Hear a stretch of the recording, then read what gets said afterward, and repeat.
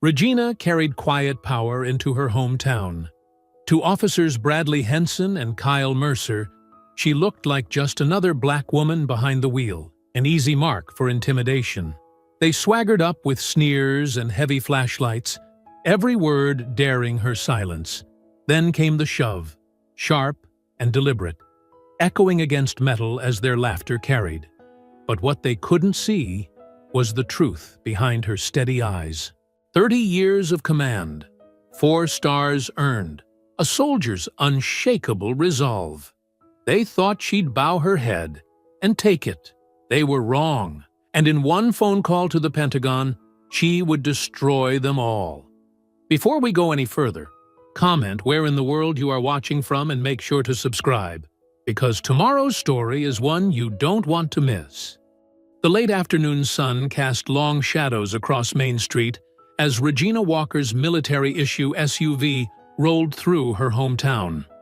Her decorated army uniform felt like armor against the mix of stares that followed her vehicle, some filled with awe, others with barely concealed contempt. The familiar buildings hadn't changed much in the decades since she'd left, though their worn facades seemed to mirror the town's stubborn resistance to progress. The funeral home's parking lot was already full when she arrived. Regina took a deep breath, straightened her general's stars, and stepped out into the humid southern air.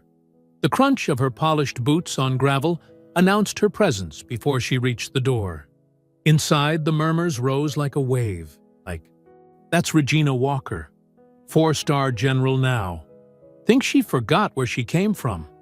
The whispers collided in the stuffy air of Thompson's funeral services, where her mother's body lay in a mahogany casket surrounded by roses.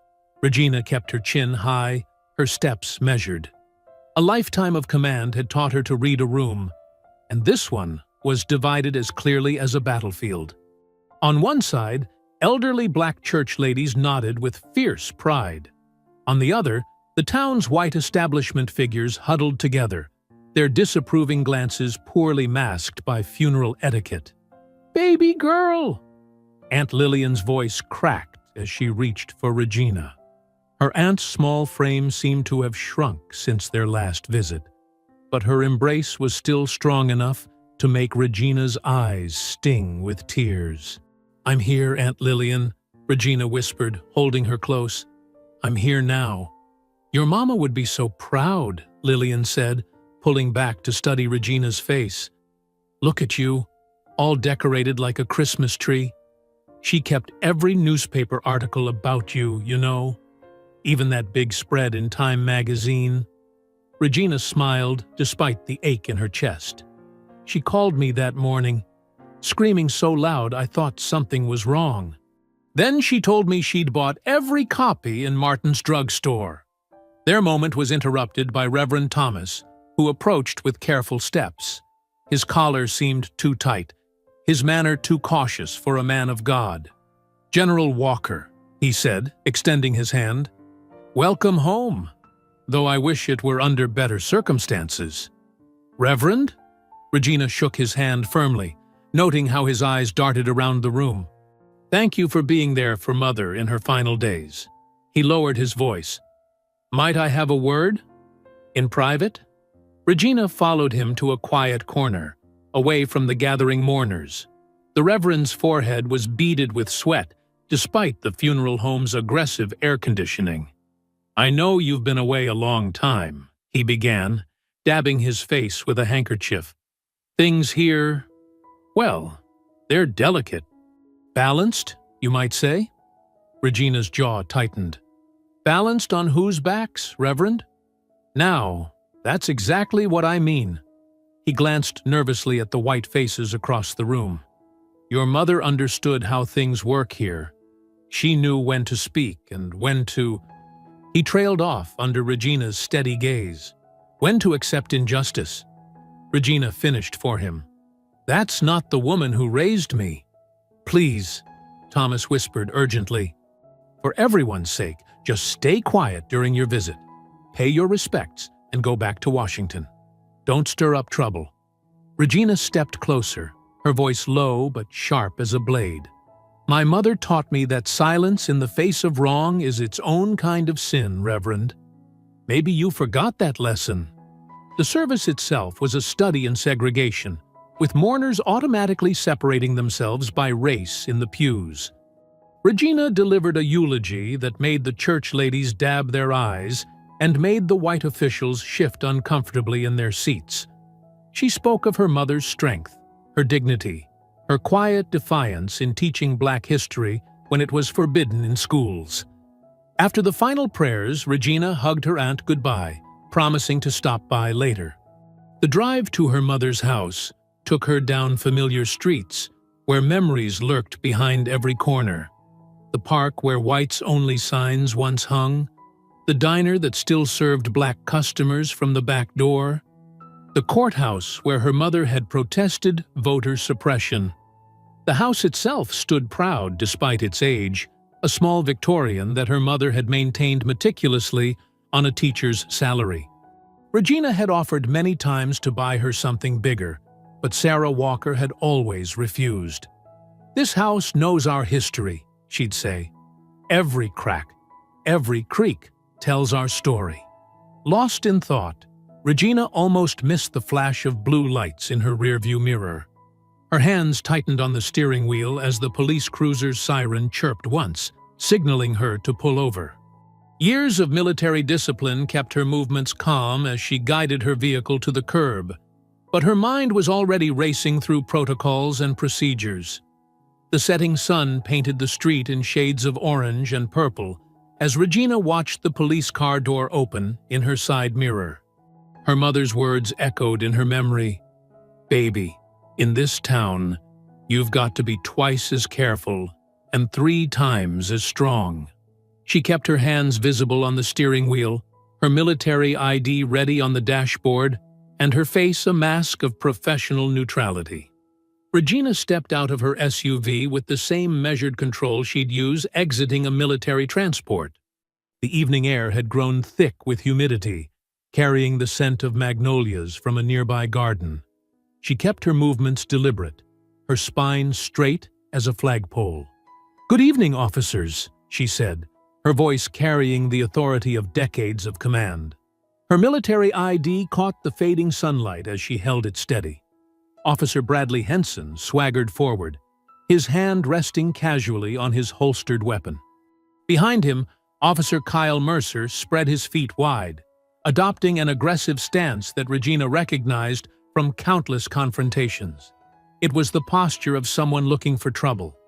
"Well, well," Bradley drawled, barely glancing at her ID. "What we got here? Playing dress-up, girl?" "I am General Regina Walker, United States Army." She kept her tone level, professional. 4-star general, currently stationed at the Pentagon. "My military ID is right there, along with my registration and insurance." Kyle's laugh cut through the humid air like a razor. "Listen to her, Bradley. General Walker." He made air quotes with his fingers, stepping closer. "Ain't that precious?" "Ma'am, step away from the vehicle," Bradley ordered, his mock politeness dripping with contempt. "On what grounds?" Regina asked, not moving. "I'd like to know the reason for this stop." Bradley's face darkened. "That's resisting." He grabbed her arm roughly, spinning her around to slam her against the SUV's hood. The impact knocked the breath from her lungs, but she didn't make a sound.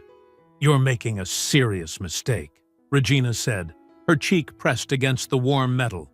"I suggest you contact your superior officer immediately." "Shut up!" Kyle barked, grabbing her other arm. "You don't give orders here, girl." Across the street, several people had stopped to watch. A young woman raised her phone, recording. Bradley noticed and pointed at her. "Hey, stop filming, or you're next." When the woman didn't lower her phone, Kyle stormed over, snatched it from her hands, and smashed it on the pavement. "Anyone else want to try?" he shouted at the growing crowd. Regina's military training screamed at her to fight back, but decades of experience had taught her when to hold position. This wasn't a battlefield where strength could win. This was a different kind of war.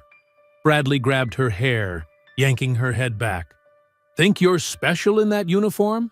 Think you can come back here acting all high and mighty?" The next moment exploded in pain as he swept her legs out, driving her hard into the ground. The impact sent shockwaves through her body. Before she could catch her breath, Kyle's boot slammed into her ribs. "Not so mighty now, are you?" Kyle sneered, delivering another kick. "Disgrace to the uniform!" Regina tasted blood, but kept her face composed. She fixed her eyes on the gathering crowd, memorizing faces. Those who looked away, those who watched in horror, those who seemed to enjoy the spectacle. The evening shadows had grown longer, but there was still enough light to see their expressions clearly. Bradley knelt beside her, his knee pressing into her back as he roughly cuffed her wrists. "You know what your problem is?" he hissed in her ear. "You forgot your place. Coming back here with your fancy stars, thinking you're better than everybody. Every action you're taking is being witnessed," Regina said calmly, despite the pain shooting through her ribs. "Every illegal move is being documented." Kyle laughed again, but this time there was an edge of uncertainty. More phones had appeared in the crowd, held high despite his earlier threat. He looked around nervously, then kicked the phones out of the nearest hands, sending them skittering across the pavement. "Anyone else recording goes to jail!" Bradley shouted, hauling Regina to her feet. Her uniform was dirty now, streaked with blood from her split lip. But she stood straight, her dignity intact despite their efforts to strip it away.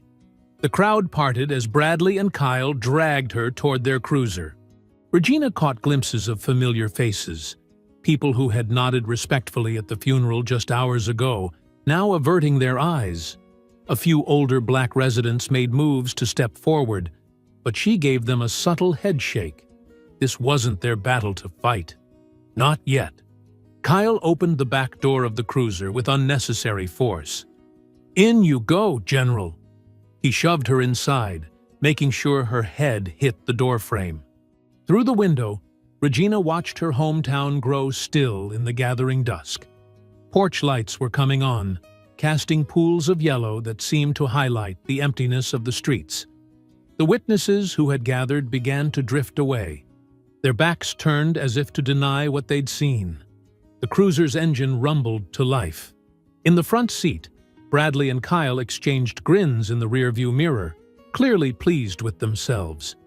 They didn't notice how Regina's eyes remained sharp and alert, taking in every detail. They didn't see her testing the cuffs with subtle movements, assessing her injuries with military precision. And they certainly didn't recognize the expression on her face. It wasn't fear or defeat, but the calculated patience of someone who had faced far worse enemies and emerged victorious. As the police cruiser pulled away from the curb, the last rays of sunlight caught Regina's general's stars, still gleaming despite the dirt and blood. In their shine was a promise, not of revenge, but of justice, the kind of justice that would shake this town to its foundations. Regina sat perfectly still on the cold metal bench, her military bearing unchanged despite her aching ribs and the throbbing pain in her face. The holding cell was small, maybe 8 by 10 feet, with graffiti-scarred walls and a steel toilet in the corner that reeked of bleach. A single fluorescent light buzzed overhead, casting harsh shadows across the concrete floor. The sound of boots on linoleum echoed down the hallway. Officer Kyle Mercer appeared, twirling his keys with exaggerated casualness. He leaned against the bars, a smirk playing across his young face. "Comfortable in there, General?" He drew out the title like it was a joke. "Sure is different from your fancy Pentagon office, ain't it?" Regina didn't respond. She studied him with the same analytical gaze she'd used to assess enemy positions in combat zones. His swagger couldn't hide the slight tremor in his hands, the way his eyes darted away when she met them directly. "What's wrong? Lost that commanding voice of yours?" Kyle rattled the cell bars with his nightstick. The metallic clang echoed through the empty holding area. Not so tough without your stars, are you? I'd like to make my phone call now, Regina said quietly, her voice steady despite her split lip. It's my right. Kyle's smirk widened. Oh, now you want to talk about rights? Should have thought about that before you started resisting arrest. The phone call, Officer Mercer. She spoke his name deliberately, watching him flinch at the reminder that she knew who he was. Or would you prefer I add denial of basic rights to the list? List? He tried to laugh, but it came out forced. What list is that? The phone, please. Something in her calm certainty made him hesitate. Then he shrugged, trying to reclaim his bravado. Fine. Not like anybody's gonna help you anyway. He unlocked the cell door. Try anything funny, and you'll get worse than what you got on Main Street. Regina rose smoothly, ignoring the pain that shot through her side. She followed him to a wall-mounted phone near the booking desk. The precinct was quiet at this hour, just a few officers shuffling papers and pretending not to watch. Kyle leaned against the desk, arms crossed. Go ahead. Call your fancy lawyer. Won't do you any good in this town.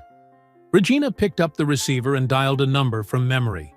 Each button press was precise, unhurried. The line rang twice.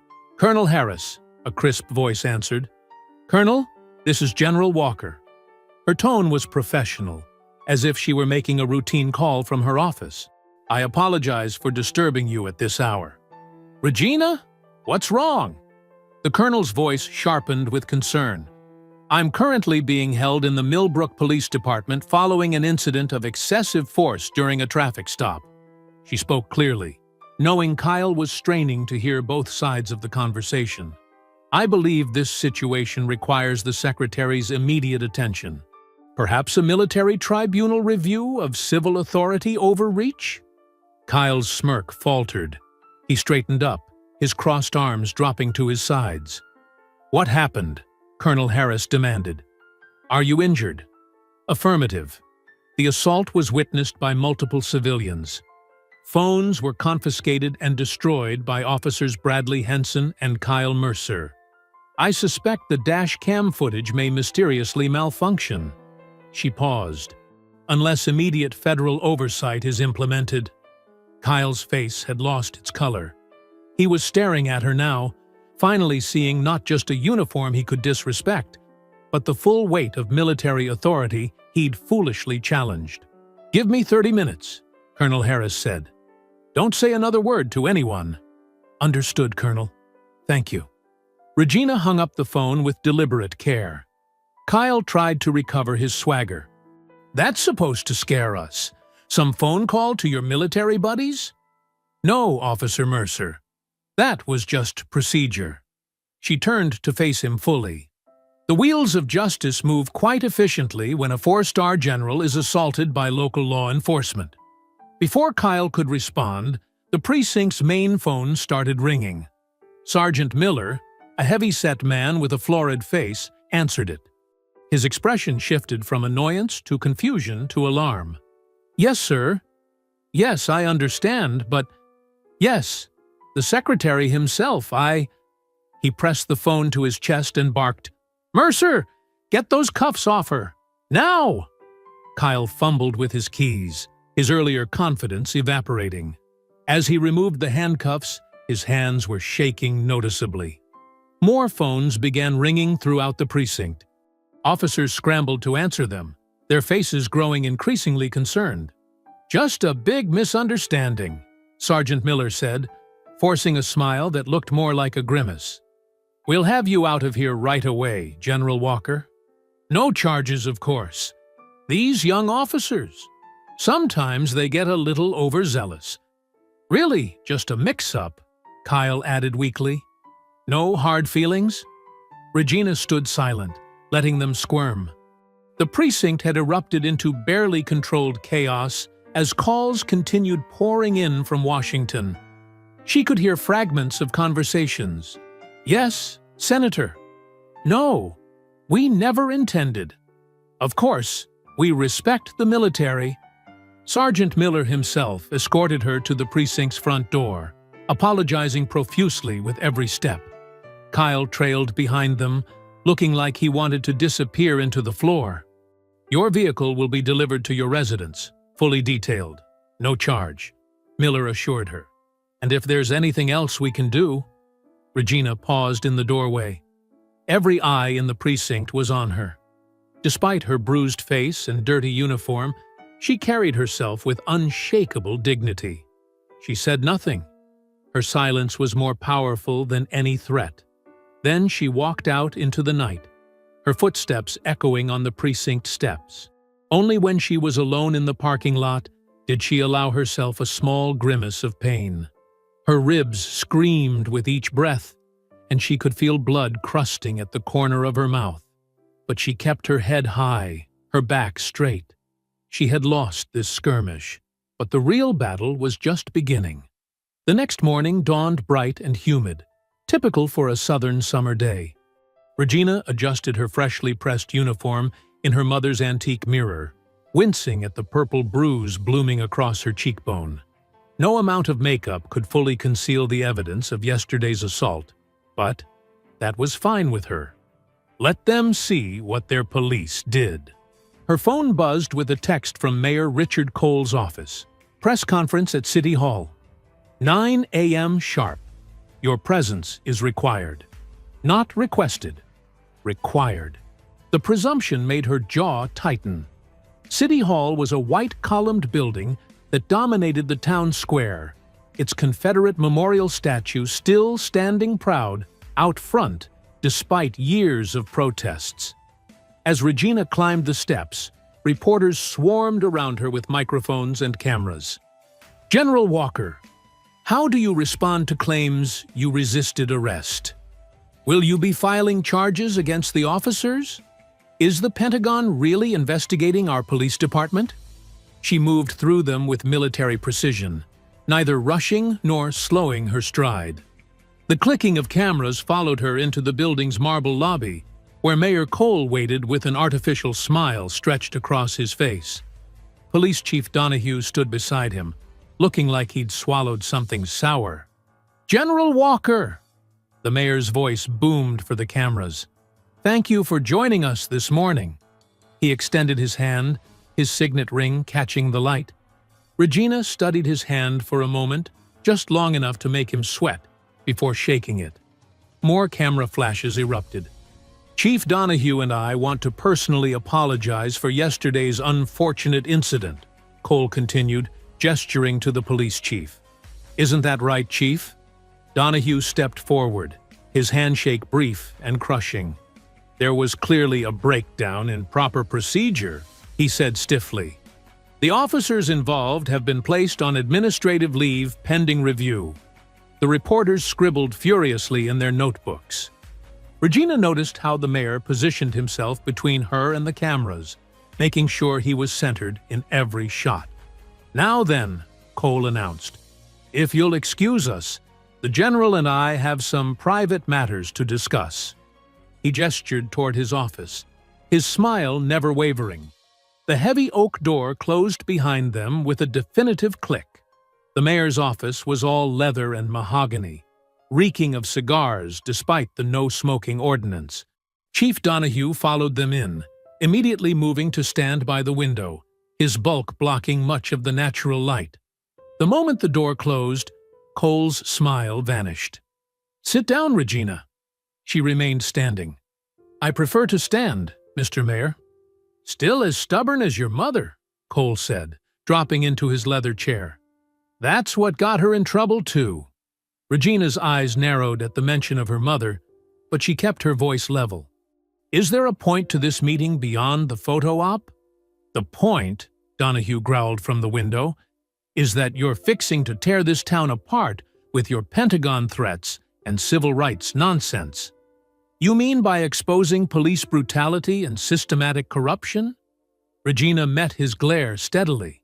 "That's not tearing the town apart, Chief. That's cleaning it up." Mayor Cole leaned forward, his fingers forming a steeple.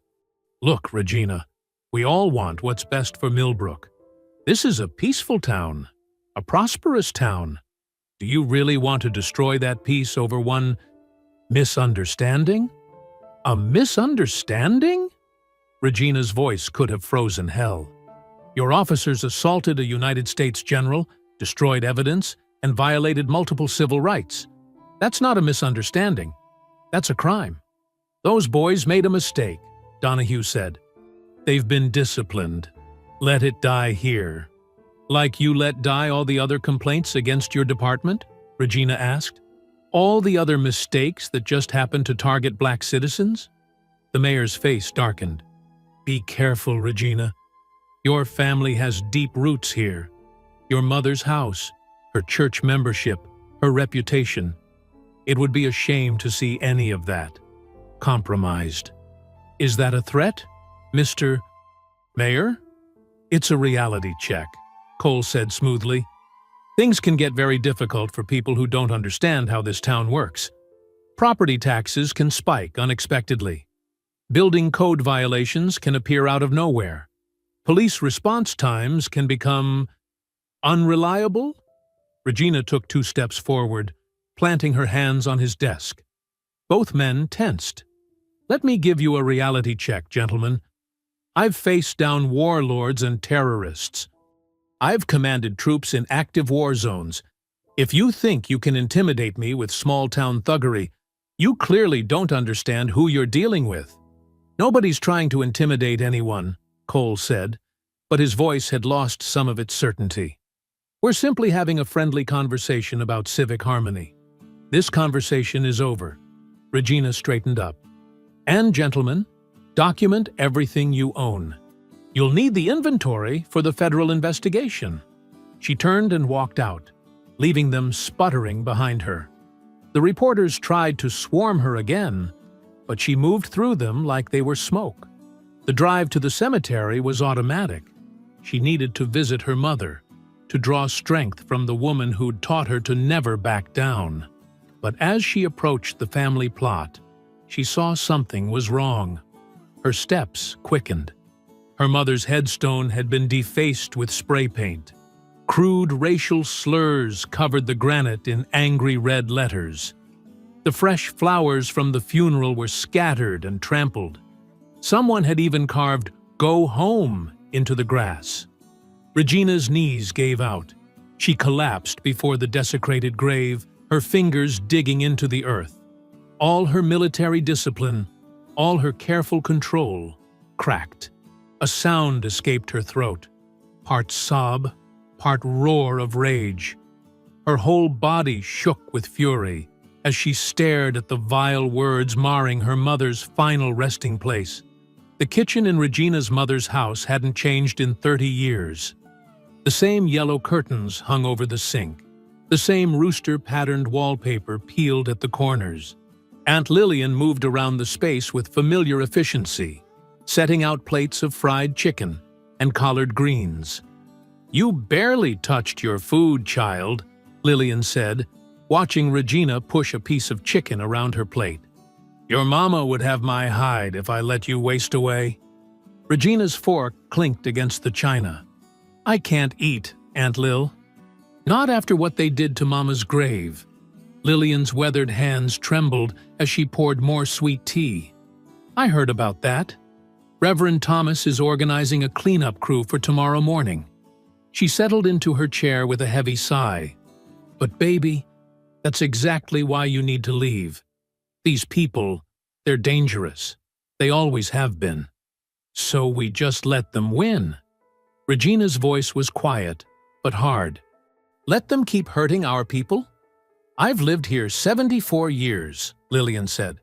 Taught 3 generations of children in segregated schools. I've seen what happens when we push too hard, too fast.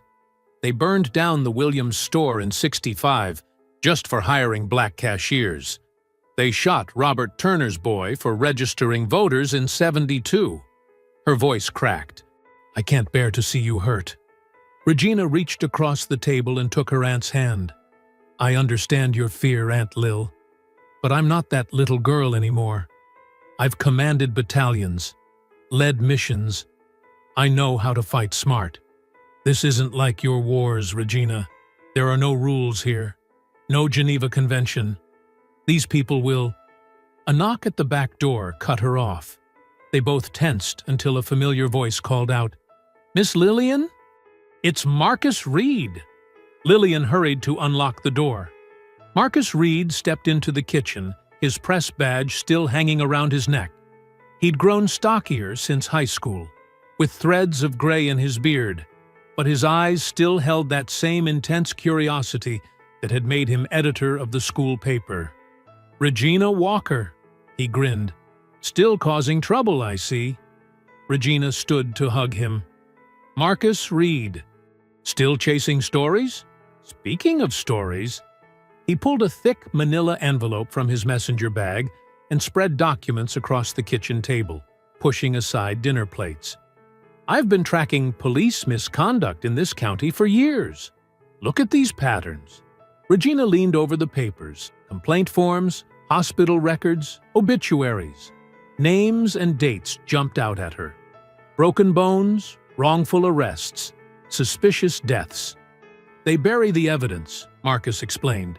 "Change reports, intimidate witnesses. But I've got sources inside the department.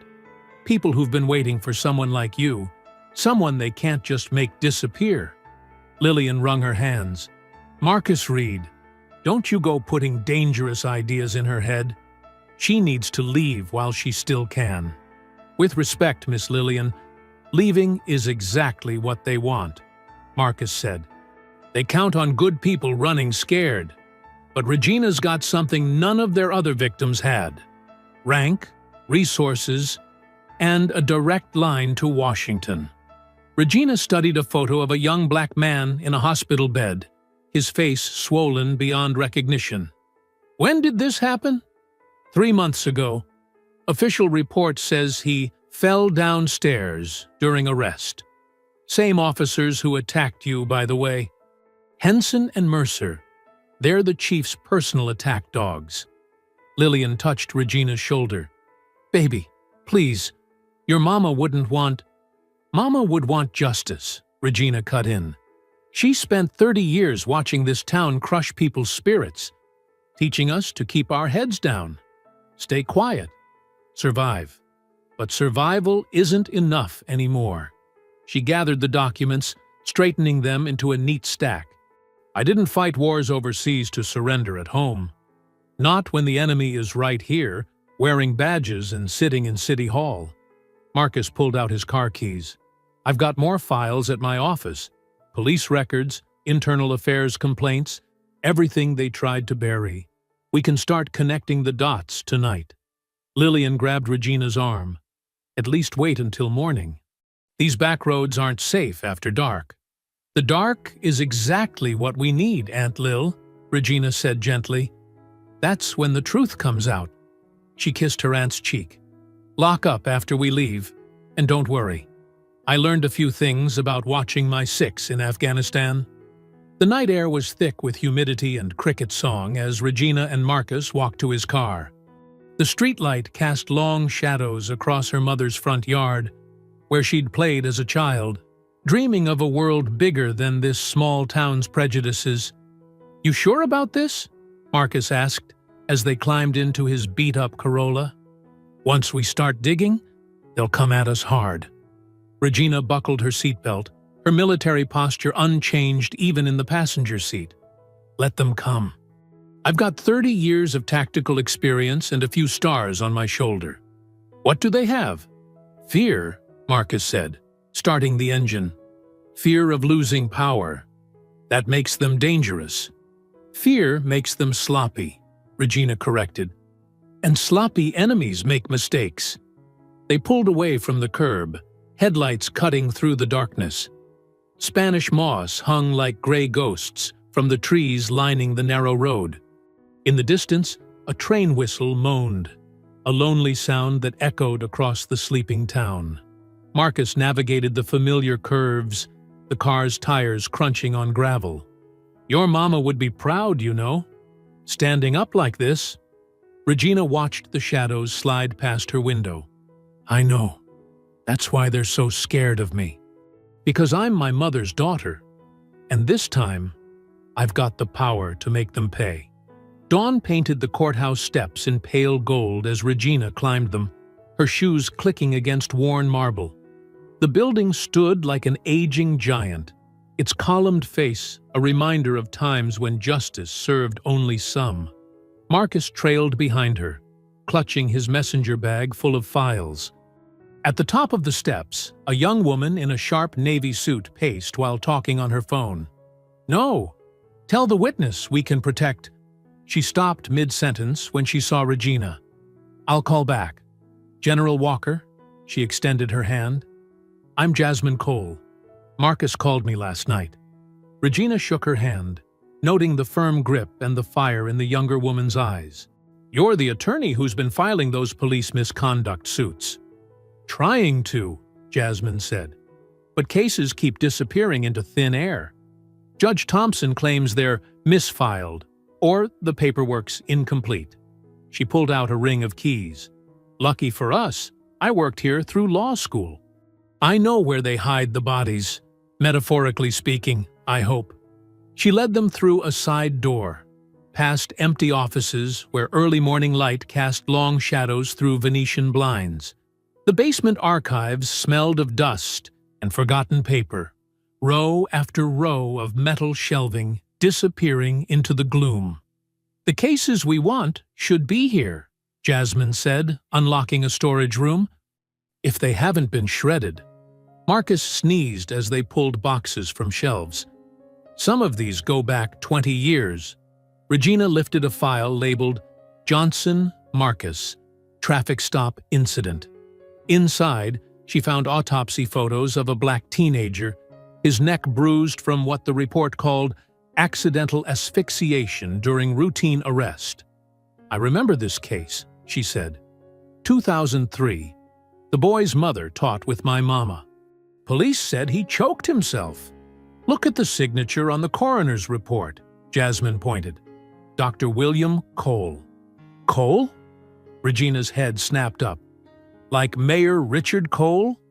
"His brother," Marcus confirmed. "The mayor's family has tentacles everywhere.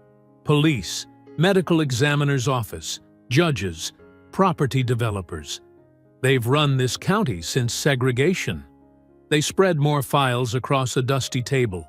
Patterns emerged like bloodstains, repeated names, similar cover stories, identical signatures burying the truth. "Here's another one." Jasmine held up a thick folder. "Sarah Martinez, 2015. Suicide in police custody. But look at these photos. Defensive wounds on her arms. Bruising patterns inconsistent with hanging."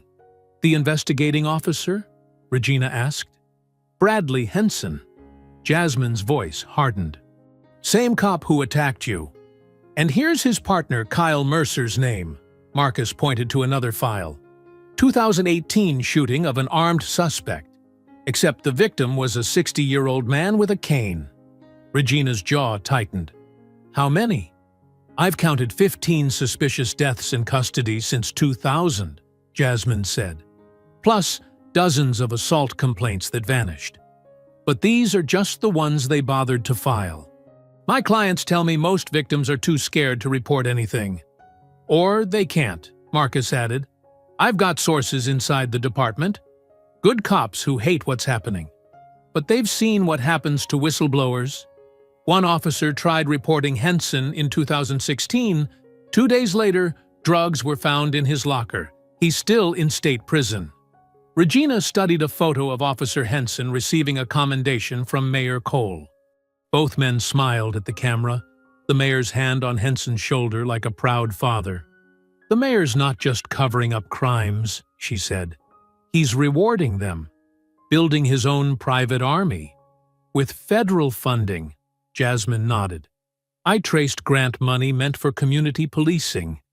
Instead, they bought military-grade weapons, surveillance equipment. They're preparing for war against their own citizens." "Then let's give them one," Regina said. "But first, we need witnesses willing to testify. Hard evidence that can't disappear." Marcus pulled out his notebook. "I've got names. People who've been waiting years to tell their stories. But they need protection. Real protection, not empty promises. I can help with that, Regina said.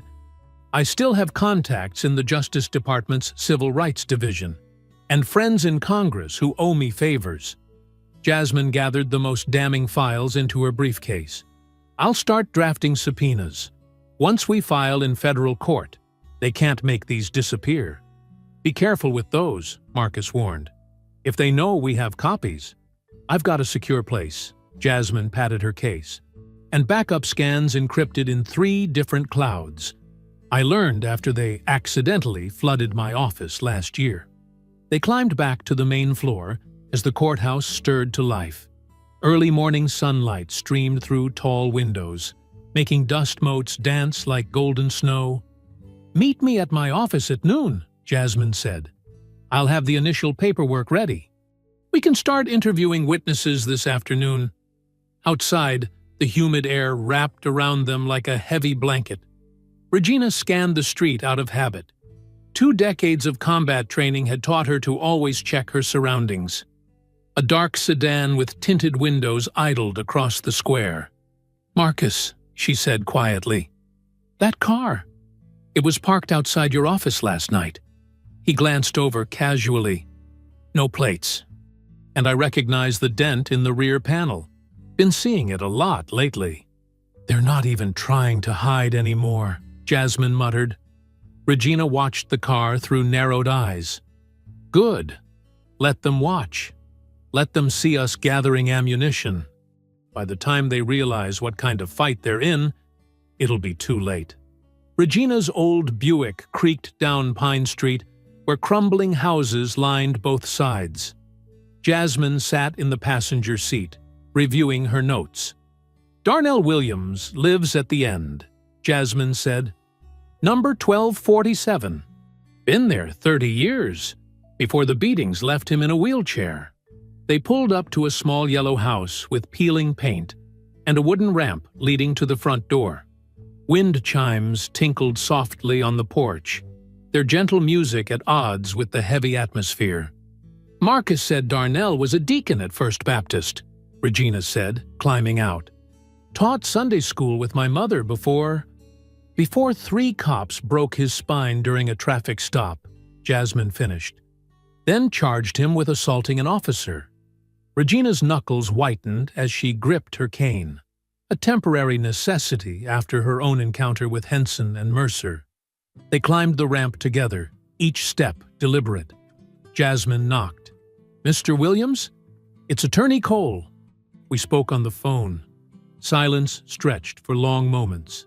Then came the soft whir of an electric wheelchair. The door opened a crack, revealing a thin face lined with old pain. You shouldn't be here, Darnell Williams said, his voice barely above a whisper. They watch this street.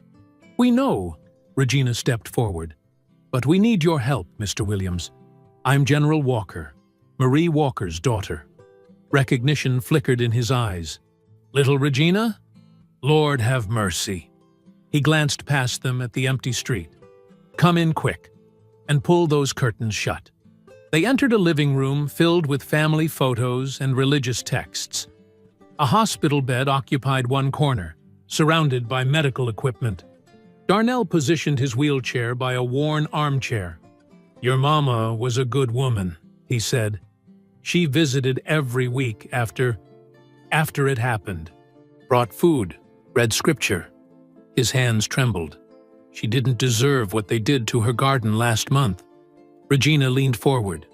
Mr. Williams, we're gathering evidence, building a federal case. We need your story. Fear crossed his face. I can't. I signed papers. They made me promise.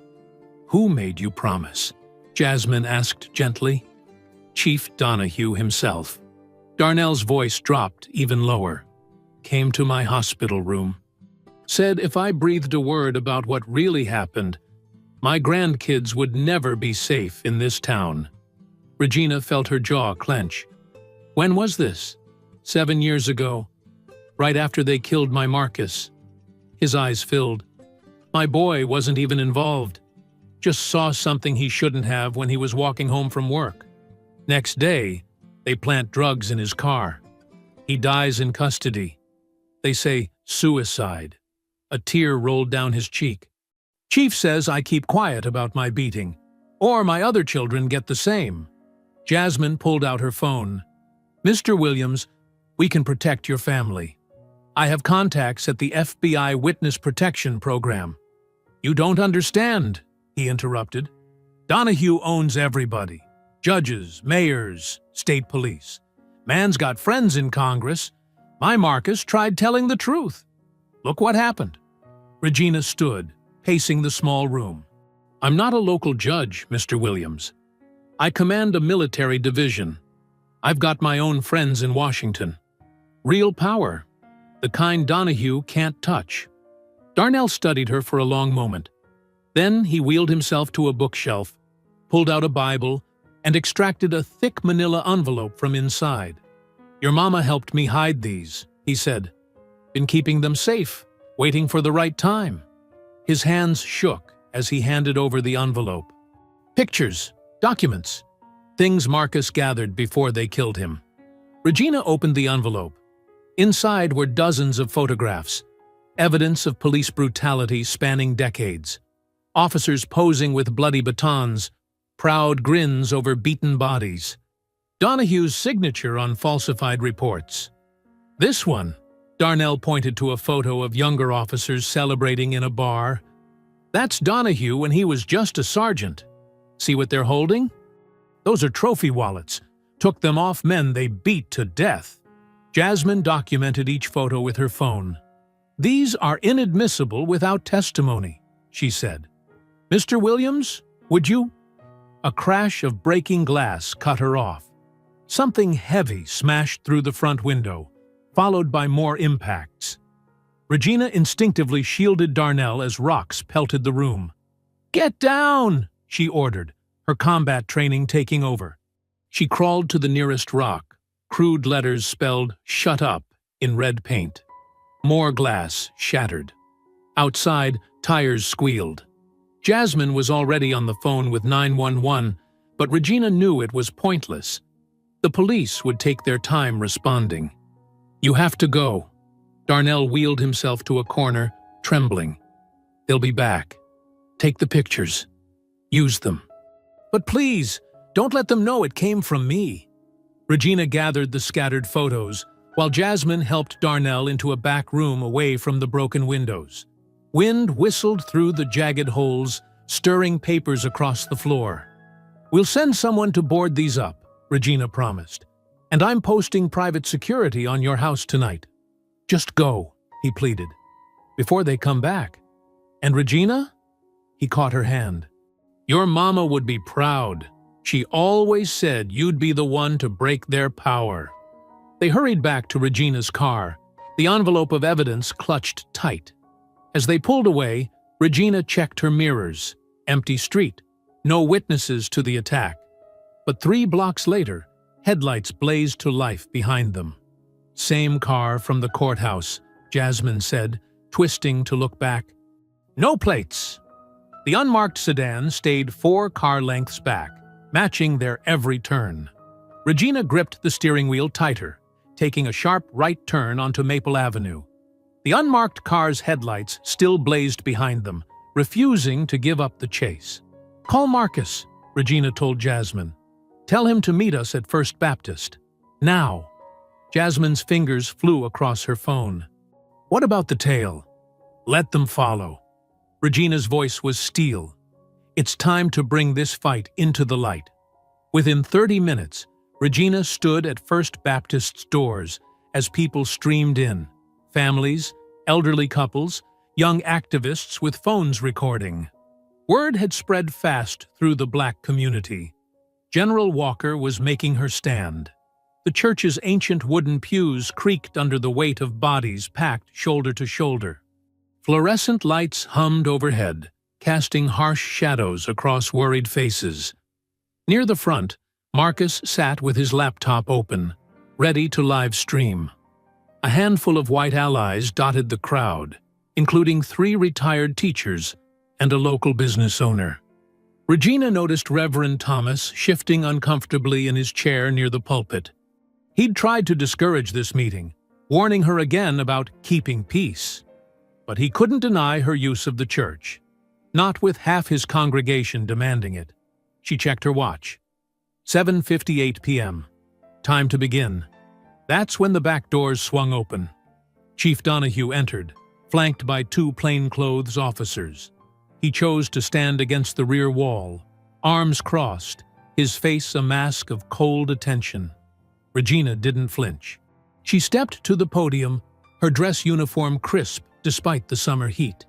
The crowd fell silent. 3 nights ago, she began, her voice carrying to every corner. I was assaulted on Main Street by officers sworn to protect and serve. They didn't know I was a general. They just saw what they wanted to see. A black woman they could hurt without consequences. Murmurs of recognition rippled through the pews. Too many had similar stories. They threw me in a cell thinking I'd break. Regina's words cut like a blade. But in that cell, I remembered something my mother taught me. She said, "Baby, dignity isn't what they take from you. It's what they can never touch." "Amen," several voices called out. They tried to break me in that cell, Regina continued, but they broke their own masks instead. Because now we see them clearly. Every false report, every covered-up crime, every life they've destroyed while hiding behind badges. She pulled out the photos from Darnell's envelope, holding them high. We have evidence. We have witnesses. We have truth that's been buried too long. In the back, Donahue's face darkened. One of his officers reached for a phone. Look around this room, Regina gestured to the crowd. Every family here has a story. A brother beaten during a traffic stop. A cousin who resisted arrest while handcuffed. A father who died in custody from natural causes. Heads nodded. Some people wiped tears. They count on our fear, our silence. They think we'll keep looking away, keep swallowing their lies, keep accepting their boot on our necks. Regina stepped from behind the podium, her voice rising. But I didn't spend 20 years commanding troops, defending this country's principles, to watch those principles die in my own hometown. I didn't earn these stars to let corrupt men disgrace everything they represent. The crowd surged to their feet, applauding. Even some of the white allies stood, their faces set with determination. Today, we stop being afraid, Regina declared. Today, we speak our truth. Today, we demand justice, not just for me, but for every victim of their abuse. The applause grew thunderous. Near the pulpit, Reverend Thomas slowly rose. The room quieted as he approached the microphone. He began, then cleared his throat. I have been silent too long. Hoping peace meant safety. Hoping silence meant survival. His hands gripped the podium. But silence is its own kind of violence. And I cannot, will not, be violent to my own people anymore. Regina saw tears in the old preacher's eyes. This church stands with General Walker, he declared. We demand accountability. We demand change. And we will not rest until justice is done. The crowd erupted again. People hugged, cheered, raised their fists in solidarity. Marcus's laptop captured it all, broadcasting live across social media. At the rear of the church, Chief Donahue hadn't moved. His face remained expressionless, but his eyes burned with cold fury as he watched the scene unfold. Regina met his gaze steadily, unflinching. One by one, people came forward to speak. A mother whose teenage son was paralyzed during an arrest. An elderly man describing years of harassment. A white shop owner admitting she'd witnessed police brutality but been too scared to report it. Each story strengthened their collective resolve. Each truth pushed back the darkness. Regina watched hope and determination replace fear in her neighbor's eyes. The meeting stretched past 2 hours, but no one left. They were united now, in purpose, in anger, in commitment to change. As the last speaker finished, Regina returned to the podium. "This is just the beginning," she promised. "We have more evidence to share, more witnesses coming forward. We will not be silenced. We will not back down. And we will not stop until every corrupt officer, every complicit official, faces justice." The crowd rose one final time, their voices raised in agreement. But Regina kept her eyes on Donahue, still watching from his post at the back wall. His stone-cold expression never wavered. The church parking lot buzzed with energy as people lingered, exchanging phone numbers and making plans. Regina stood with Marcus and Jasmine near her car, their voices low but urgent. "The momentum's perfect," Jasmine said, rifling through her briefcase. "I've drafted emergency injunctions against the police department. We can file first thing tomorrow." Marcus nodded, typing notes on his phone. "My editor's already committed to a front-page story. Between the live stream and these testimonies, we've got them cornered." Regina watched the last few cars pull away, their taillights disappearing into the darkness. "Be careful, both of you. Donahue isn't going to take this lying down." "Let him try something," Jasmine scoffed. "We've got too much evidence now. Those photos from Darnell alone." "Speaking of evidence," Marcus cut in, "I'm meeting a source at midnight. Former dispatcher who says she has internal records showing pattern and practice." Regina frowned. "That late?" "She's terrified of being seen. Works the night shift at the hospital now." He shrugged. "Only time she felt safe." "Take someone with you," Regina insisted. "Can't. She'll only talk one-on-one." Marcus checked his watch. "I better get moving." Meeting her behind the old warehouse district. Before Regina could protest further, he was heading to his car. She watched him drive off, a knot tightening in her stomach. "He'll be fine," Jasmine assured her. "Look, I've got the preliminary filings ready. Want to review them over coffee?" They drove to the all-night diner on Henderson Street. The fluorescent lights made Jasmine's legal papers glow an eerie white as they spread them across the scratched Formica table. Regina sipped bitter coffee, while Jasmine outlined their strategy. "We hit them with everything," the young attorney explained. "Civil rights violations, excessive force, pattern of discrimination, conspiracy to obstruct justice." Her phone buzzed, then Regina's.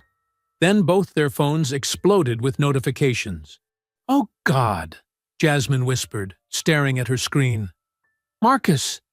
Regina was already on her feet, car keys in hand. They raced to the warehouse district, but police cars had the area cordoned off. Through gaps in the emergency vehicles, Regina glimpsed a crumpled form on the ground, surrounded by paramedics. "Marcus!" she shouted, trying to push through. An officer blocked her path. "Active crime scene, ma'am. No civilians allowed. I'm a United States Army general, and that's my friend. Don't care if you're the Queen of England." The officer smirked. "Areas restricted." They could only watch helplessly as the ambulance screamed away, sirens wailing into the night. Regina's hands shook with rage. "I'll go to the hospital," Jasmine said. "You should—" Two police cruisers suddenly pulled up. Officers emerged with weapons drawn. "Jasmine Cole," one called out. "Hands where we can see them." "What? What is this?" "You're under arrest for possession with intent to distribute." They grabbed her roughly, spinning her around to cuff her. "That's ridiculous," Regina stepped forward. "She's an attorney, not a—" "Stand back, General," an officer warned. "Unless you want more trouble." They searched Jasmine's car, making a show of finding a plastic bag of white powder in the trunk. Regina watched in horror as they drove away with Jasmine in the back seat, her face pressed against the window in desperation. Exhausted and angry, Regina finally returned to her mother's house near dawn. She flipped on the TV for news about Marcus, but instead saw her own face filling the screen. Disturbing footage released today shows U.S. Army General Regina Walker assaulting police officers during a routine traffic stop, the anchor announced. The video played grainy body cam footage, clearly edited. It showed only Regina's hand striking out, cut together with officers falling back. Her voice stripped of context. "You don't know who you're dealing with." Sources within the Pentagon express concern about General Walker's mental state, the reporter continued. Her recent behavior suggests a pattern of volatility and abuse of rank. Regina gripped her uniform cap, knuckles whitening as the lies continued to unspool. Photos flashed across the screen. Marcus bloody on the pavement, Jasmine in handcuffs, protesters looking angry and violent. Local authorities suggest Walker's inflammatory rhetoric may have incited violence at a church gathering earlier tonight, the anchor droned on. The Pentagon has declined to comment on whether an investigation into the general's conduct is pending. Her phone buzzed with a text from Aunt Lillian. "Turn on Channel 7. Different station, same story. Rogue general threatens small-town peace." The body cam footage played again, edited to make her look unhinged and dangerous. Regina's grip tightened on her cap until she thought the brim might snap. Everything they'd built tonight, the unity, the hope, the momentum, was being twisted into something ugly and false. Marcus lay in a hospital bed. Jasmine sat in a jail cell. And here she was, alone in her mother's living room, watching lies destroy everything she'd fought for.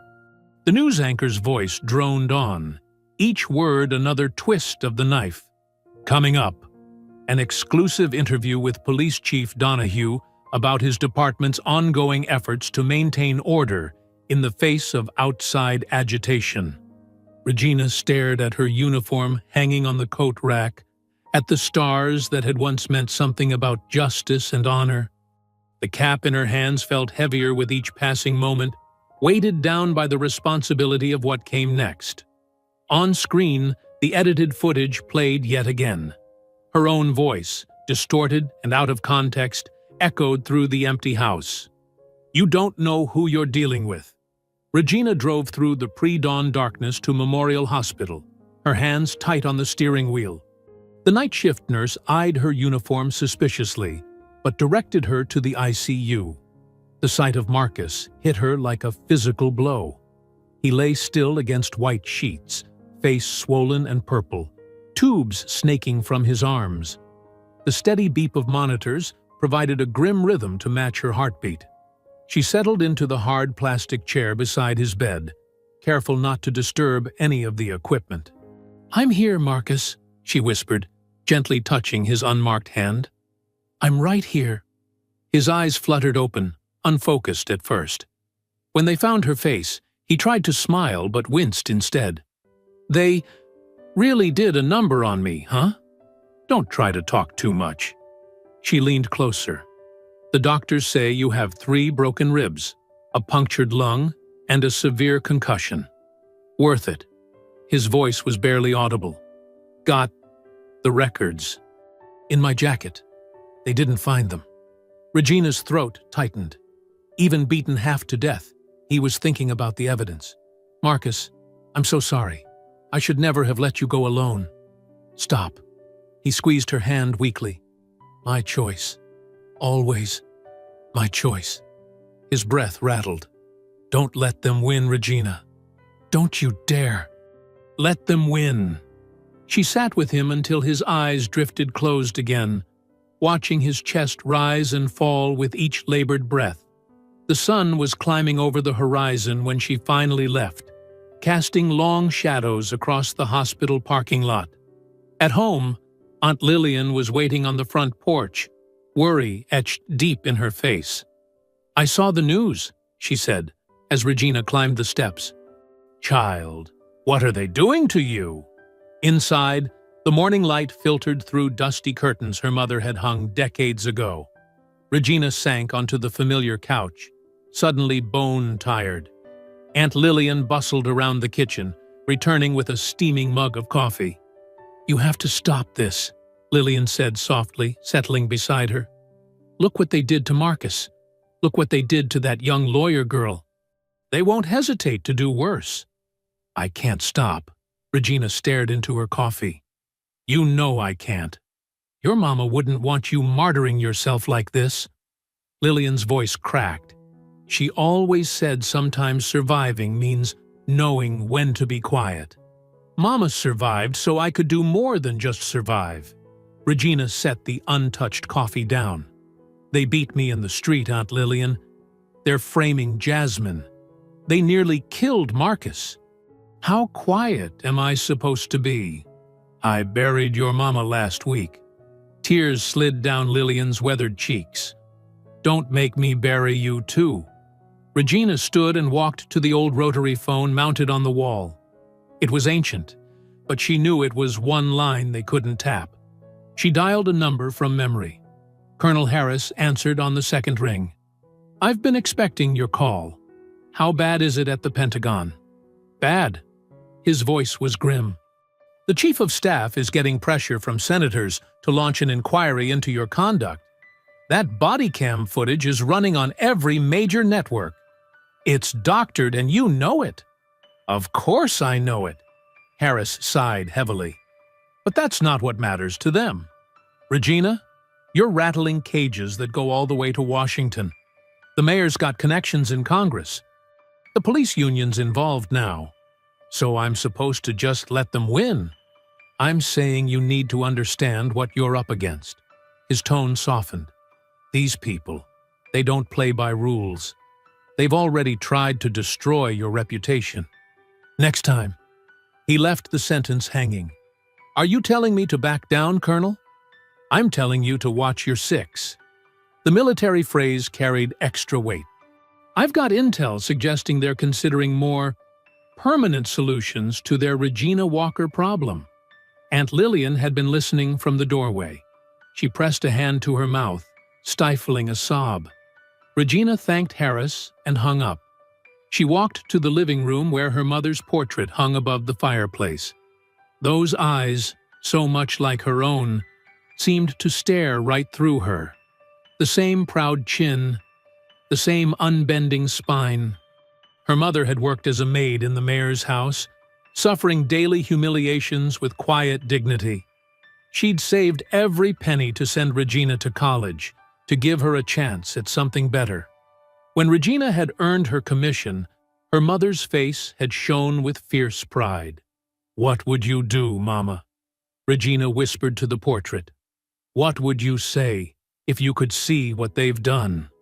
The house creaked around her, full of memories. Here was where her mother had bandaged her scraped knees, telling her to be brave. Here was where she'd helped Regina polish her first lieutenant's bars, hands trembling with joy. Here was where she'd sat in her final days, still giving Regina strength, even as her own ebbed away. Aunt Lillian touched her shoulder. "Baby, please, we can't lose you too." Regina reached up and squeezed her aunt's hand, but her eyes never left her mother's portrait. "I won't stop," she whispered, each word a promise. "I won't stop until justice is done. Not for me, not for Marcus or Jasmine. For every person they've hurt, every voice they've silenced." She straightened her shoulders. "For you, Mama. For everything you couldn't say." The morning sun streamed through the windows, illuminating the portrait like a spotlight. For a moment, Regina could have sworn she saw her mother's painted lips curve into the smallest of smiles. Regina descended the worn wooden steps into the church basement, each creak echoing in the dim space. A dozen veterans sat in folding chairs, their faces lit by flickering fluorescent lights. Some wore pieces of their old uniforms, a camo jacket here, combat boots there. Others were in civilian clothes, but their military bearing was unmistakable. Sergeant Mike Torres, who'd served 3 tours in Afghanistan, stood as she entered. "General Walker," he said, snapping to attention. "At ease, Sergeant." Regina looked around the room, meeting each pair of eyes. "Thank you all for coming." "Ma'am," Torres said, We've been watching what's happening. What they did to you." His jaw clenched. "It ain't right." Regina pulled up a chair, sitting at their level rather than standing over them. "What they did to me is just the tip of the iceberg." Marcus Reed found evidence of decades of abuse, cover-ups, deaths swept under the rug. "We know," said Corporal Sarah Jenkins, her prosthetic leg glinting in the light. "My brother tried to report police harassment last year. Next thing you know, he's got drugs planted in his car. Lost his job, his reputation, everything." One by one, they shared similar stories. A nephew beaten during a traffic stop, a cousin arrested on false charges. Each tale sparked nods of recognition around the room. "We took an oath," Regina said, her voice steady and clear, "to defend the Constitution against all enemies, foreign and domestic, to protect the rights and dignity of every American citizen." She leaned forward. "That oath didn't expire when we took off the uniform." "What can we do?" asked Torres. "They've got the power, the connections." "They have fear," Regina corrected. "Fear is their weapon, but we're soldiers. We know how to face fear." The basement door creaked open. Reverend Thomas descended slowly, followed by 3 elderly men Regina recognized from town. Their faces bore the weathered look of those who'd carried heavy burdens too long. "These men want to speak," the Reverend said softly. The first man, James Wilson, cleared his throat. "1985, he began. "My boy was walking home from work. Police said he fit a description. Beat him so bad he never walked right again." His hands trembled. "They told us if we complained, they'd come back and finish the job." The second man described his brother's death in custody, ruled a suicide despite obvious signs of violence. The third spoke of his grandson, framed and imprisoned on fabricated evidence. Regina watched the veterans' faces as they listened, saw the familiar righteous anger building in their eyes, the same fire that had driven them to serve, to protect, to fight injustice. "The church basement is yours," Reverend Thomas announced. "Whatever you need. It's time this town had a reckoning." Torres stood. "General, you've got my support. And my truck. We can use it to transport supplies, set up a command center here. I've got communications equipment from my ham radio club," Jenkins added. "We can coordinate safely, off their networks." One by one, the veterans stood, offering skills, resources, connections. A medic volunteered to treat anyone afraid to go to the hospital. A former MP offered legal knowledge. A supply sergeant knew how to get necessary equipment without raising flags. More townspeople arrived, slipping down the stairs like shadows coming into light. A teacher whose student was assaulted by police. A nurse who'd documented suspicious injuries. A former clerk who'd been forced to alter records. Regina organized them with military precision, creating teams, establishing secure communication protocols, setting up shifts. The basement transformed into an operations center, with maps of the town pinned to walls and lists of incidents cataloged by date. "We're not here for revenge," Regina reminded them. "We're here for justice. Everything we do must be legal, documented, and irrefutable. We're going to build a case they can't bury or deny." "They'll come at us hard," Torres warned. "Let them," Regina replied. "This time, we're ready. This time, we stand together." As the night deepened, more people arrived. Mothers whose children had been terrorized. Workers who'd witnessed corruption. Each brought a piece of the puzzle, a thread of truth to weave into their tapestry of evidence. Reverend Thomas moved among them, offering quiet words of encouragement.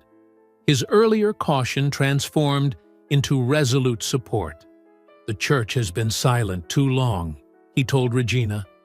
"We forgot that sometimes faith requires action, not just prayer."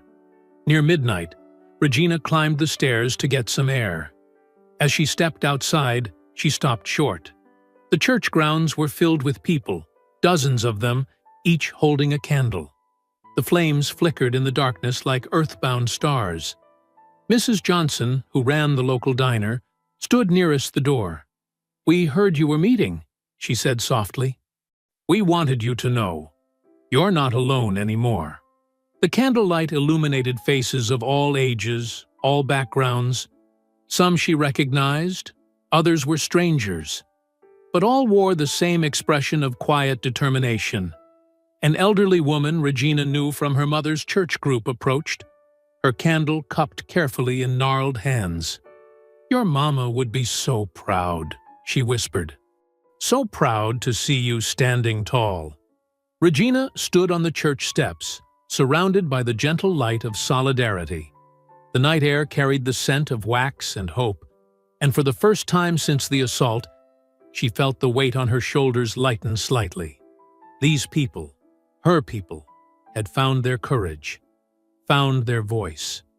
The candles burned steadily in the still night, each flame a silent declaration.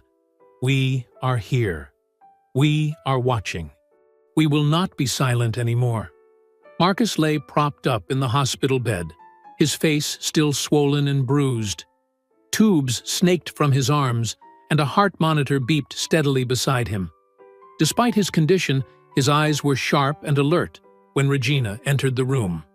"You look terrible," she said softly, taking the chair beside his bed.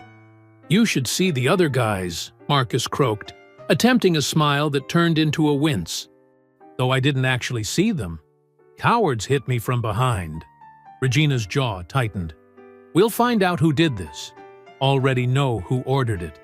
Marcus's voice was weak but bitter. "Donahue's fingerprints are all over this. Not literally. He's too smart for that. But his boys did the work." A nurse poked her head in, checking Marcus's vitals. Once she left, Marcus shifted painfully in the bed, lowering his voice. "Before they jumped me, I hid something. In the old Peterson mausoleum at Oak Hill Cemetery." Regina leaned closer. "What?" "Flash drive. Everything I've gathered over the past 5 years. Raw footage from police dash cams showing beatings. Audio recordings of cops bragging about planting evidence. Financial records." He paused to catch his breath. "Proof of kickbacks between Donahue, Mayor Cole, and New Horizon Corrections. The private prison company." Marcus nodded. "They get paid per prisoner. More arrests mean more profit. And our local officials get a cut of every contract." His monitors beeped faster as he grew agitated. "The whole system is rigged. They're literally making money off putting our people behind bars." Regina put a steadying hand on his arm. "Easy. Save your strength." "Back of the mausoleum," Marcus continued. "Loose brick on the bottom right. Had to hide it fast when I spotted them following me." "I'll get it," Regina assured him. "You focus on healing. Be careful," Marcus warned. "They know I had something. That's why they came after me. If they find that drive first, they won't." Regina left the hospital through a side entrance, watching for surveillance. The veterans she'd recruited had already spotted 3 unmarked police cars monitoring the building. But they'd also set up their own counter-surveillance. Sergeant Torres's truck was parked nearby, ready to run interference if needed. The cemetery was silent in the late afternoon heat. Regina walked purposefully, as if visiting a grave, while scanning for watchers. The Peterson mausoleum stood on a small rise, its marble facade stained with age. She knelt as if praying, her fingers finding the loose brick Marcus had described. The flash drive was there, wrapped in plastic and tucked deep into the gap. She slipped it into her pocket, just as footsteps crunched on gravel nearby. "Paying respects, General?" Chief Donahue's voice dripped false concern. He stood blocking the path, 2 officers flanking him. "My mother's buried here," Regina replied calmly, standing to face him. "Or did you forget your men desecrated her grave? Terrible business, that vandalism. Still unsolved." Donahue's smile didn't reach his eyes. "Speaking of unsolved crimes, we're very concerned about Mr. Reed's assault. Any idea what he might have been working on that would provoke such violence? You tell me, Chief. You seem to have theories about everything else in town. Donahue stepped closer. Just trying to keep the peace, General. But some people seem determined to stir up trouble, to dig up things better left buried. His gaze flicked to the mausoleum behind her. Like poor Mr. Reed. Such a shame what happened to him. Yes, Regina agreed. A shame how many things happen in this town. But nothing stays buried forever, Chief. You should know that. She walked past him, forcing herself not to hurry. His voice followed her. Some things should stay buried, General. For everyone's sake. Back at the church basement, Regina connected the flash drive to a secure laptop Torres had provided. Hours of footage played across the screen. Dashboard cameras showing officers planting evidence, beating suspects, coordinating false arrests. Audio recordings captured casual discussions of quotas and kickbacks. Spreadsheets detailed payments flowing between New Horizon Corrections and shell companies owned by Donahue and Cole. Jasmine arrived, still wearing her clothes from jail. "Bastards held me 3 days before allowing bail," she spat. "But they messed up. False arrest means everything they did is going to blow back on them." She examined the files, her lawyer's mind cataloging violations. "This is dynamite. Police corruption, conspiracy, RICO violations. We need federal investigators to verify the authenticity of everything." "Already handled," Regina said. "I called in some favors. A team from the Justice Department is en route. And I've got military intelligence specialists standing by to authenticate the recordings." Jasmine's eyes gleamed. "Once this is verified, we take it straight to federal court. No local judges they can pressure or buy off." "They'll try to stop us," Regina warned. "Let them try." Jasmine's voice was steel. "I've got the ACLU backing me now, and every civil rights organization in the state is watching. They can't disappear all of us." Regina's phone buzzed with a news alert. She read it aloud. "Pentagon announces formal inquiry into allegations of systemic police misconduct. Special investigative committee to examine claims of corruption and civil rights violations." "It's starting," Jasmine said softly. "No," Regina corrected. "It's ending. They just don't know it yet." Through the basement window, they could see police cars racing past the church, lights flashing. Upstairs, phones were ringing as national media caught wind of the story. The carefully maintained system of corruption that had ruled the town for decades was about to face the light of day. The flash drive sat on the table between them, its small blue light blinking steadily. Such a tiny thing, Regina thought, to carry so much truth, so much power. But that's how change often came. Not in grand gestures, but in small moments of courage. A hidden drive, a spoken truth, a refusal to stay silent. The Civic Center buzzed with tension as hundreds packed the main hall. News cameras lined the back wall, their red lights blinking like watchful eyes. Regina sat straight-backed at the witness table, her decorated uniform crisp despite the stuffy air. She could feel the weight of every stare, but her military training kept her posture perfect, her expression neutral. Chief Donahue lounged in his chair at the defense table, suit jacket unbuttoned, projecting casual confidence. Mayor Cole sat beside him, nervously adjusting his tie every few minutes. Behind them, a row of stone-faced police officers filled the first bench, a show of force in uniform blue. Senator Harrison, leading the Pentagon inquiry panel, tapped his microphone. "This hearing will come to order." His voice cut through the murmurs. "We're here to investigate allegations of systemic police misconduct, civil rights violations, and potential criminal conspiracy in the operation of local law enforcement." Donahue leaned forward, speaking smoothly into his microphone. "Senator, I want to state for the record that these accusations are completely unfounded. General Walker is pursuing a personal vendetta after a routine traffic stop went wrong due to her own aggressive behavior. Regina didn't flinch at the lie. She'd expected this, the same practiced denial they'd used for years. "Chief Donahue," the senator continued, "you maintain that your officers acted appropriately during General Walker's arrest?" "Absolutely." Donahue's voice dripped false sincerity. "The edited body cam footage clearly shows." "Edited footage," Regina interrupted calmly. "An interesting choice of words, Chief." She nodded to Sergeant Torres at the back of the hall. The overhead screens flickered to life, showing multiple angles of that night. The raw, unedited footage began to play.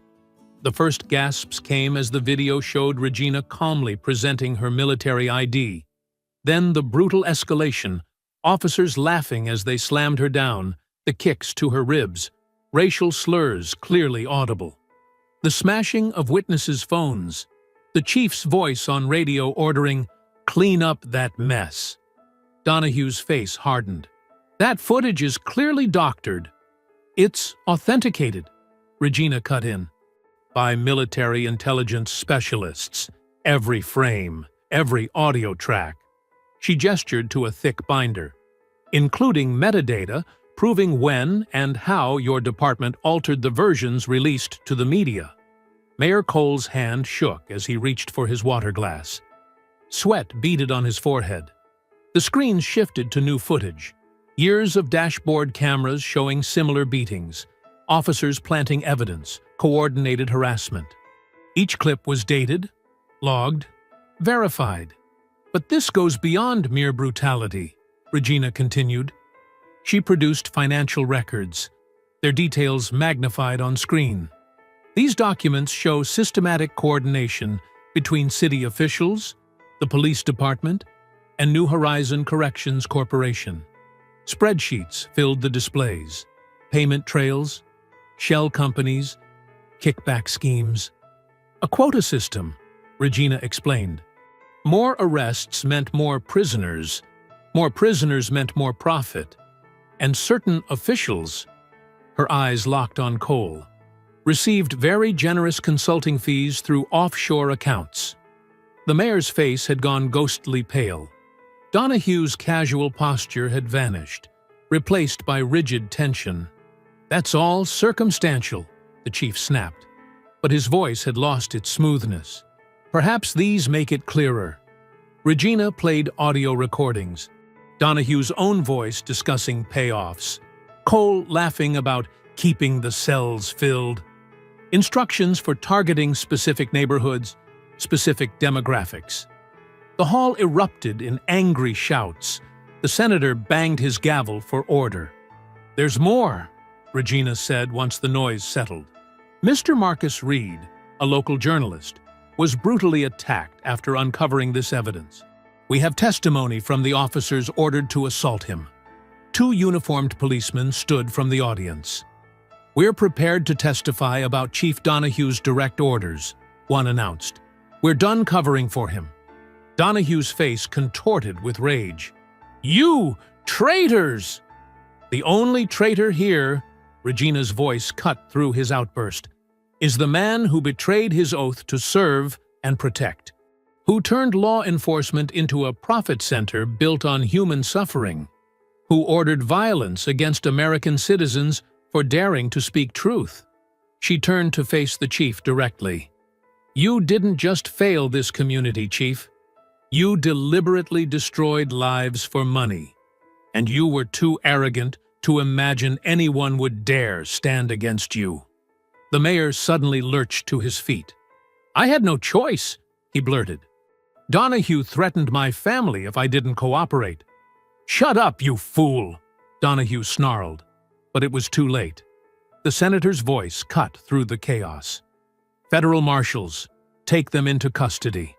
Dark-suited marshals moved forward as reporters surged from their seats, shouting questions. Camera flashes strobed through the hall. Donahue stood, knocking over his chair, but found himself surrounded.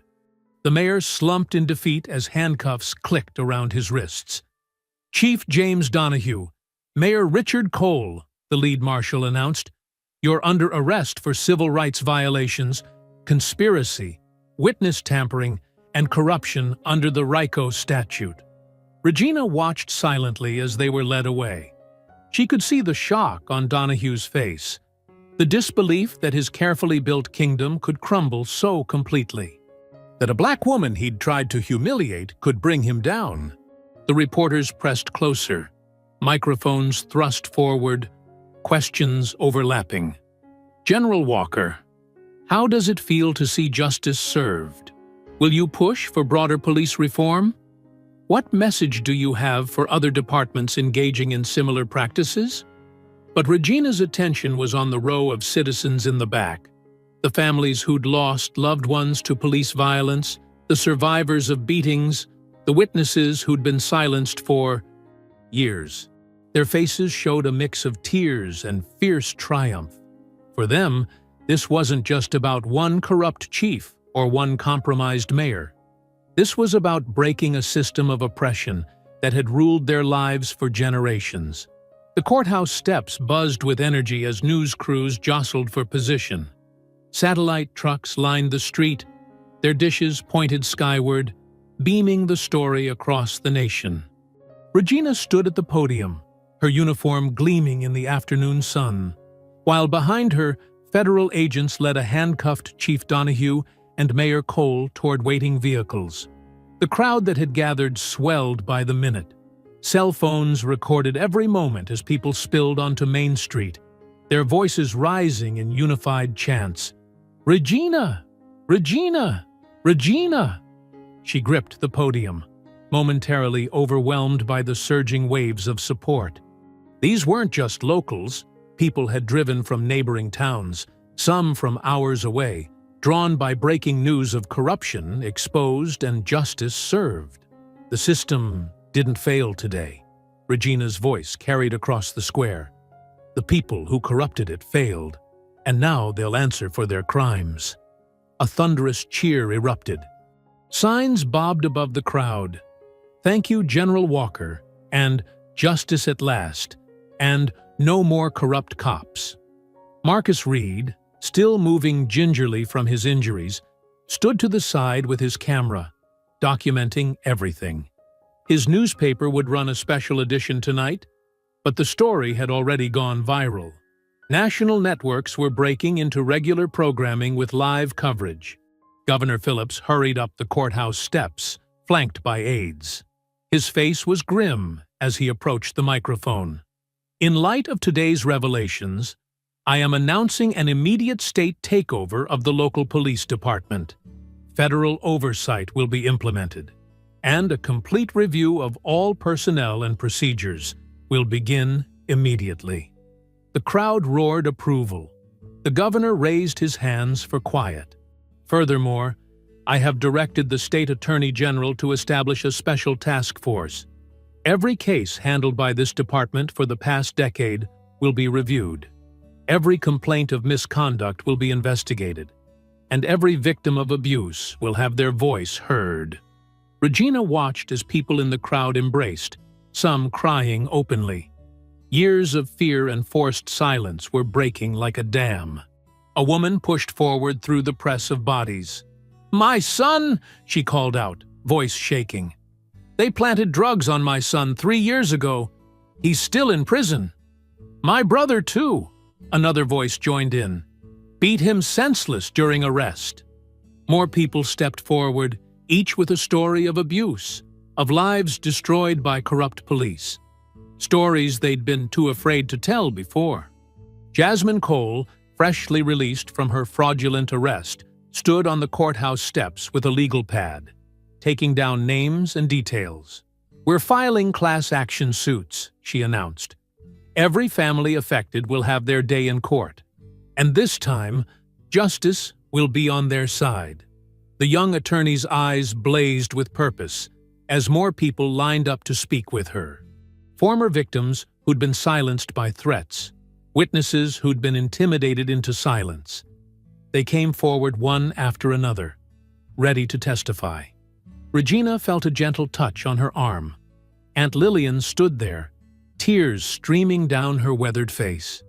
"Your mama would be so proud," she whispered. "So proud." The two women embraced as cameras flashed around them. Regina could feel her aunt trembling. "I was so scared for you," Lillian admitted. "But you were right. Sometimes you have to stand and fight." Marcus limped over to join them, his camera hanging around his neck. "The Associated Press is picking up my full investigation," he said. "Every detail, every document. No more covering up the truth." Down on the street, the crowd had started singing, an old civil rights hymn that brought goosebumps to Regina's arms. The voices rose strong and clear. "Ain't gonna let nobody turn me around, turn me around." Reverend Thomas appeared, making his way through the crowd. People parted to let him pass. He climbed the steps slowly, his aged face beaming. "The church will open its doors tonight," he announced. "For prayer, for healing, for community." Regina nodded, remembering how he'd once cautioned her to stay quiet. Now, his eyes held a different message: respect, and perhaps a touch of shame for his earlier fears. The afternoon sun slanted across the square as more people arrived. Food trucks appeared, setting up to feed the growing crowd. Children played on the courthouse lawn, while their parents shared stories of survival and hope. The atmosphere had transformed from protest to celebration, from anger to possibility. News helicopters circled overhead, capturing aerial views of the masses below. Social media exploded with hashtags: Chalk Justice, In Dixie, General Walker Strong, Corrupt Cops Down. Regina watched it all from the courthouse steps, standing between her aunt and her old friend. For the first time since returning home, the weight of grief and rage lifted from her shoulders. Her mother's death had brought her back, but something larger had kept her here.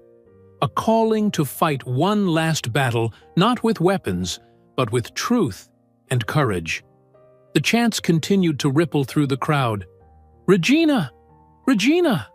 Regina!" But she wasn't listening to her name anymore. She was watching faces in the crowd, young and old, black and white. Some she recognized from her childhood, others who'd driven miles to be here.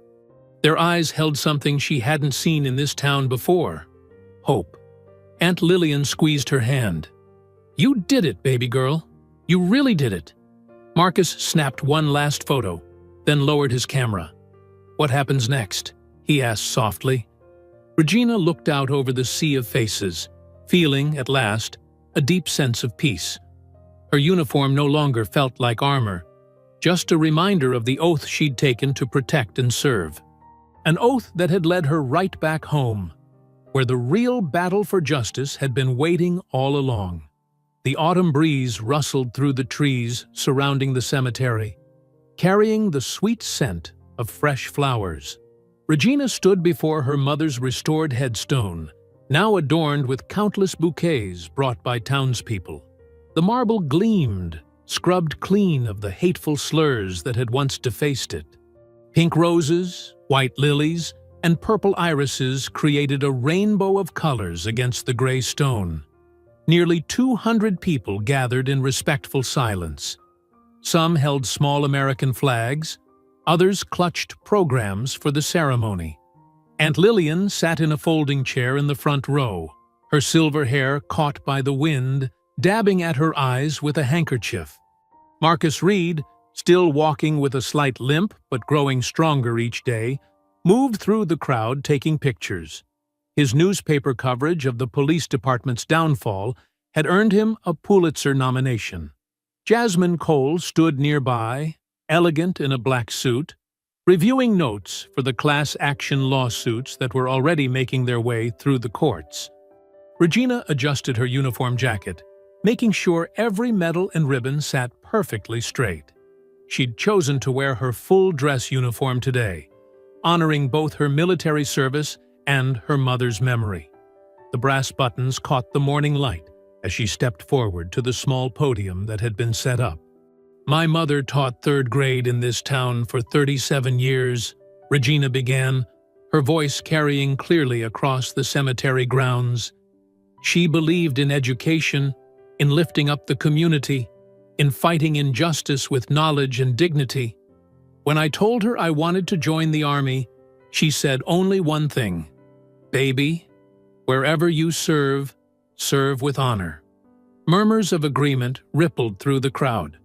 Many there had been taught by Regina's mother, remembered her gentle strength and quiet determination. "The past few months have exposed deep wounds in our community," Regina continued. "Wounds that festered because good people were afraid to speak up. Wounds that powerful people wanted to keep hidden. But wounds don't heal in darkness. They need light, truth, and proper care." She gestured to a large poster board display showing architectural renderings. "That's why today, I'm announcing the creation of the Walker Justice Foundation. We've secured funding and support from national civil rights organizations, veterans groups, and private donors. Our mission is simple: to fight systemic abuse and ensure equal justice under law." Applause broke out as Regina outlined the foundation's plans. A legal aid clinic would provide free representation to victims of police misconduct. A scholarship program would support children of incarcerated parents. Community oversight boards would monitor local law enforcement. Training programs would teach citizens their rights and how to document abuse. "But this foundation isn't just about fighting wrongs," Regina said. "It's about building something better. My mother believed in this town's potential. She saw past its flaws to what it could become. Today, we start making her vision real." Reverend Thomas stepped forward to offer a prayer. His voice trembled with emotion as he asked for blessing and guidance. The crowd bowed their heads, many joining hands across racial lines that had once seemed uncrossable. Jasmine Cole took the podium next, announcing that her law firm would partner with the foundation. "We've already identified over 300 cases that need review," she said. "People wrongly convicted, excessive force complaints buried, families torn apart by corrupt police. The foundation will help us fight for every single one." Marcus shared news that other towns had reached out, inspired by their success. "What happened here is spreading," he said. "Communities across the South are standing up, demanding accountability. The Walker Foundation will help them too." Governor Phillips's office had sent a representative who pledged state support for the foundation's work. Several corporations announced matching grant programs. But the most moving moments came from local residents stepping forward with personal pledges. "I ain't got much," said an elderly man who'd lost his grandson to police violence. "But I'm giving $10 every month to keep this going. My church's youth group will volunteer," a young pastor offered. "I'm retiring next year," a white high school teacher announced. "I'll tutor kids for free in the foundation's after-school program." One by one, people came forward, each offering what they could: money, time, skills, space. A community knitting itself back together, determined to prevent future injustice. Regina watched it all, her heart full. She thought of that night in the holding cell, how alone she'd felt. Now she stood surrounded by hundreds who'd found their voices, their courage, their power to change things. Aunt Lillian joined her at the podium, placing a hand on her arm. Together they unveiled a small bronze plaque that would be mounted on the foundation's building. It bore a quote from Regina's mother: "Education lights the path to justice." The ceremony drew to a close as the sun broke through clouds that had threatened rain all morning. Golden light bathed the gathered crowd, catching the tears on many faces. Regina stood straight and proud before her mother's grave, now a place of honor rather than shame. She touched the cool marble of the headstone, fingers tracing her mother's name. The sweet scent of flowers filled the air as more people came forward to add their bouquets to the growing display. Every blossom represented a story, a hope, a commitment to change. Regina lifted her head, feeling the warm sunlight on her face. Around her, the community that had once turned away in fear now stood united in purpose. She thought of all the battles ahead, all the work still to be done. But for the first time, she knew with absolute certainty that they would succeed. "This time," she whispered, "we win." I hope you enjoyed that story. Please share it with your friends and subscribe so that you do not miss out on the next one. In the meantime, I have handpicked 2 stories for you that I think you will enjoy. Have a great day!